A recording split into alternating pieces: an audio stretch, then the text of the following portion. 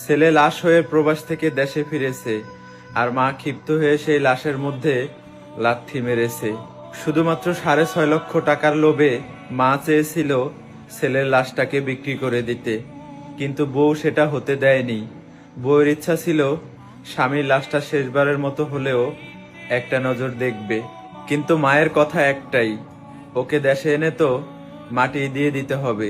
দেশে মাটি দিলেও সে মাটির তলে থাকবে, প্রবাসে মাটি দিলেও সে মাটির তলে থাকবে।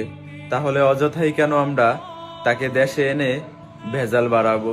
তাই মাকে যখন কফিল জিজ্ঞেস করলো এই লাশটা পাঠাইতে দেশে প্রায় 6.5 লক্ষ টাকার মতো লাগবে, আপনারা কি টাকা নিবেন নাকি লাশটাই টাকা খরচ করে দেশে পাঠাবো?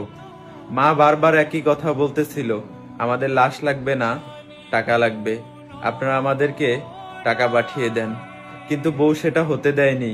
শাশুড়ির হাতে পায়ে ধরে হলেও এই লাশটাকে সে দেশে আনতে চায়।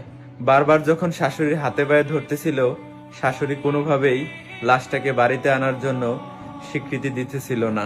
বউয়ের হাজারো চেষ্টায় শেষ পর্যন্ত লাশটা দেশে এসেছে, কিন্তু মা ক্ষিপ্ত হয়ে সেই লাশের মধ্যে হাজার হাজার মানুষের সামনে লাথি মেরেছে।